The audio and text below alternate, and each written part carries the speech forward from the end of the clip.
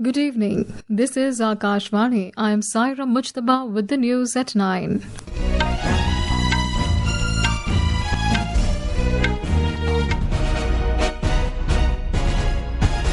The headlines. BRICS nations reaffirm commitment to environmental protection and sustainable development. New Delhi stresses environmental action must address needs of developing countries. India says credibility of country's election machinery well established globally as US President Donald Trump praises poll system. Supreme Court to form high-powered panel to probe allegations of police excesses and violence against security personnel during Delhi students' protests. Pakistan's top court orders transfer of jailed former Prime Minister Imran Khan to hospital for medical examination. Iran reiterates Strait of Hormuz to remain closed till all its conditions agreed with US are fully met. In men's cricket, India tightened grip on Galle Test against Sri Lanka on day 4. Hosts reel at 84 for 4 at stumps, chasing a 372-run target. And Indian women's doubles pair of Teresa Jolly and Gayatri Gopichand advanced to pre-quarterfinals of Badminton World Championships in New Delhi. And now the news in detail. BRICS nations today reiterated their commitment to strengthening collaboration on environmental protection and sustainable development. A joint ministerial statement adopted on the conclusion of 12th BRICS Environment Ministers meeting in New Delhi today said that BRICS nations also reaffirmed their commitment to advancing the full and effective implementation of the 2030 Agenda for Sustainable Development, the United Nations Framework Convention on Climate Change, and its Paris Agreement. The countries emphasized that enhanced international cooperation, including availability of finance from developed countries, is essential to enable developing countries to effectively address environmental and climate challenges while advancing sustainable development and poverty eradication. India is chairing BRICS this year with the theme Building for Resilience, Innovation, Cooperation and Sustainability. The BRICS ministers also expressed their appreciation for India's leadership in advancing the circular economy as an enabler of sustainable development. Earlier, speaking at the meeting, Union Minister for Environment, Forest and Climate Change, Bhupinder Yadav, emphasized that environmental action must remain people-centric, sustainable and responsive to the realities of developing countries. We draw inspiration from the vision articulated by the Honorable Prime Minister of India, Shri Narendra Modi ji. I quote, "Our goal will be to redefine BRICS as a building resilience and innovation for cooperation and sustainability. Just as we brought inclusivity to our G20 presidency and placed the concern of the global south at the forefront of the agenda. Similarly, during our presidency of BRICS, we will advance in this forum with a people-centric approach and the spirit of humanity first." India today said that the credibility and robustness of the country's election machinery are well established globally. Spokesperson of Ministry of External Affairs Ranveer Jaiswal stated this while briefing media in New Delhi this evening. Mr. Jaiswal was responding to US President Donald Trump's praise for India's election system and his reference to Chief Election Commissioner Gyanesh Kumar's remarks on the lack of voter identification in US elections.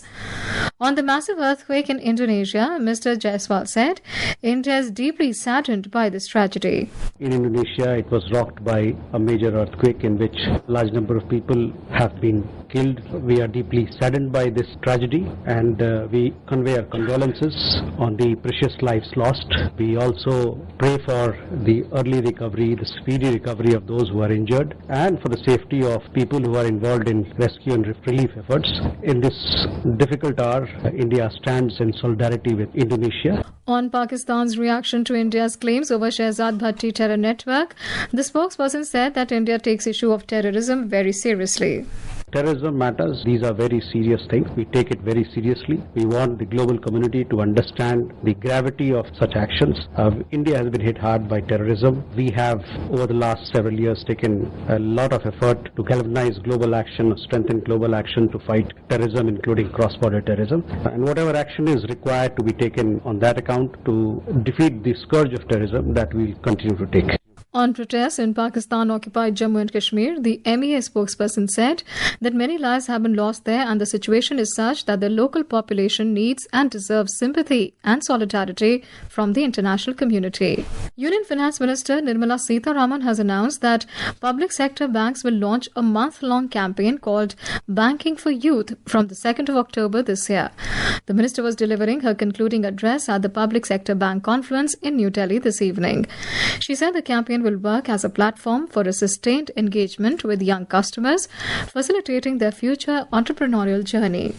Banks could also complement their banking proposition with lifestyle-linked benefits. We saw in the data that you presented that 66% of all the UPI transaction is being undertaken by those who are in the age group of 18 to 29. That's a world there waiting for you to access them. They're tech-savvy. The presenter did mention they are very tech-savvy youth. Union Agriculture and Farmers Welfare Minister Shivraj Singh Chauhan has emphasized the need to produce high-quality agricultural products that meet global market standards.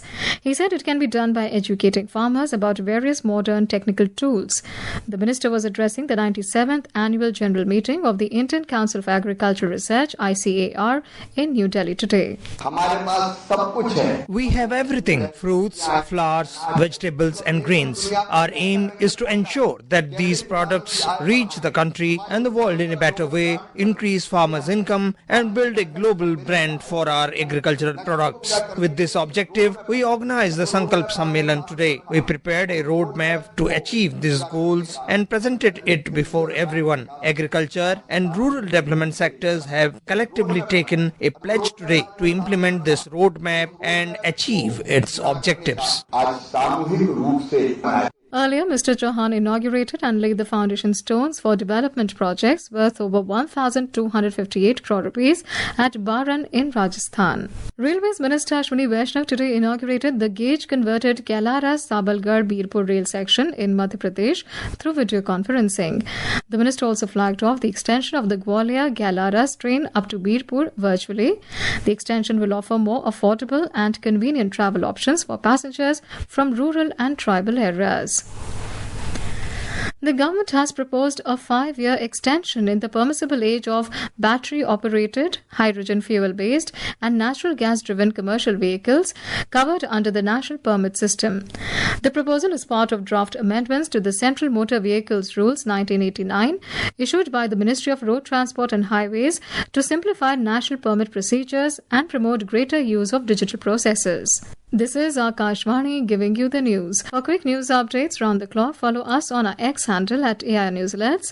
And for details of these stories and more, log on to our website www.newsonair.gov.in and download the News on AIR app. Welcome back. You're listening to News at 9. The Supreme Court today said it would constitute a high-powered committee comprising retired Apex Court and High Court judges, a former DGP, and an ex-CBI director to examine allegations of police excesses against students during the recent protests in Delhi and violence against police personnel. A 3-judge bench headed by Chief Justice Surya Kant said an order for constituting the committee would be released tomorrow after it received suggestions from different parties on other members to be included in the panel. The top court further said that it will direct the handing over of video footage and CCTV recordings of the violence during the 20th of July Parliament March in Delhi to the high-powered committee for examination. The Unique Identification Authority of India UIDAI has achieved a major milestone in its nationwide mission mode drive for mandatory biometric updates, completing more than 2 crore biometric updates for school children across the country. The special drive, initiated in September last year, has now covered over 1,56,000 schools, enabling school children to complete their Aadhaar biometric. In Himachal Pradesh, heavy monsoon rains continue to disrupt normal life. The heavy downpour has affected several areas, prompting people to remain indoors.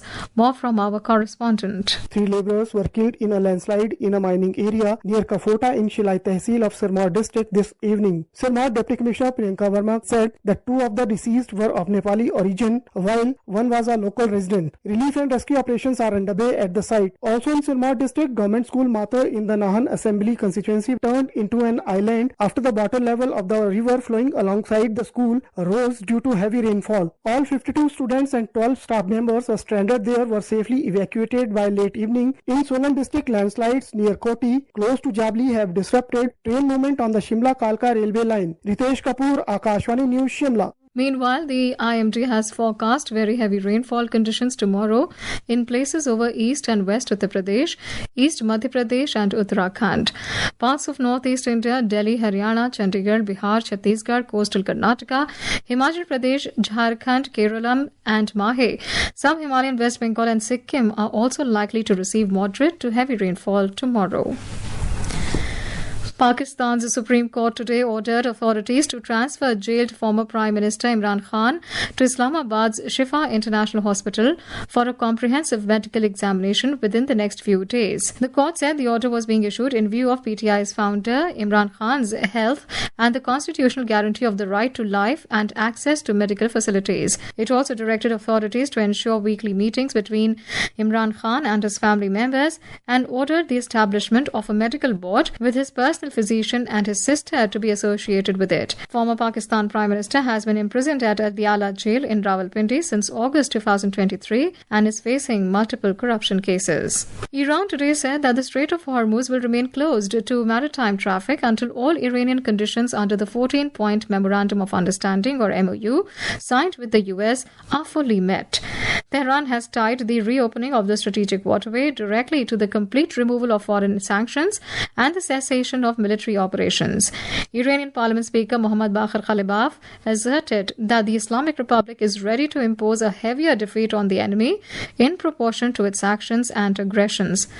On the other hand, US President Donald Trump in a social media post today said that the US has no planned talks with Iran but insisted the Strait of Hormuz remains open and operating. His remarks come amid the expiry of the 60-day window provided by the MOU to halt military hostilities for peace talks between the two sides. The Anti-Corruption Branch ACB of Delhi government has arrested former minister and AAP leader Satyendra Kumar Jain, IAS officer and former CEO of Delhi Jal Board Udit Prakash Rai and 4 others accused persons in connection with irregularities and criminal conspiracy in the tendering process relating to augmentation and upgradation of sewage treatment plants of the Delhi Jal Board. The case was registered against them on the complaint of Directorate of Vigilance. On to sports now. In men's cricket, India have tightened their grip on the first test against host Sri Lanka on day 4 in Galle. Chasing a target of 372 runs, Sri Lanka was struggling at 84 for 4 in the second innings at stumps. India now needs 6 more wickets to secure victory in the test. India were bowled out for 193 in the second innings, setting the visitors a target of 372 runs. Rishabh Pant top scored with 66 runs off 69 deliveries. In the BWF Badminton World Championships, Indian women's doubles pair of Trisa Jolly and Gayatri Gopichand have advanced to the pre-quarterfinals in New Delhi. The Indian duo outshined United States' Lauren Lam and Alison Lee in straight games. Ace shuttlers Lakshya Sen and Unnati Hooda have sailed into the second round of respective singles events. The government has announced the National Sports Awards 2025. India's premier women's badminton doubles pair of Trisa Jolly and Pulela Gopichand, along with 15 other sports persons from various disciplines, will be presented the Arjun Award for their outstanding performances. And now, before we end the bulletin, the headlines once again. BRICS nations reaffirm commitment to environmental protection and sustainable development. New Delhi stresses environmental action must address needs of developing countries. India says credibility of country's election machinery well established globally as US President Donald Trump praises poll system. Supreme Court to form high-powered panel to probe allegations of police excesses and violence against security personnel during Delhi student protests. Pakistan's top court orders transfer of jailed former Prime Minister Imran Khan to hospital for medical examination. Iran reiterates Strait of Hormuz to remain closed till all its conditions agreed with the US are fully met. In men's cricket, India tightened grip on Galle Test against Sri Lanka on day 4, and Indian women's doubles pair of Trisa Jolly and Gayatri Gopichand advanced to pre-quarterfinals in Badminton World Championships. That's all in the news at 9. Good night.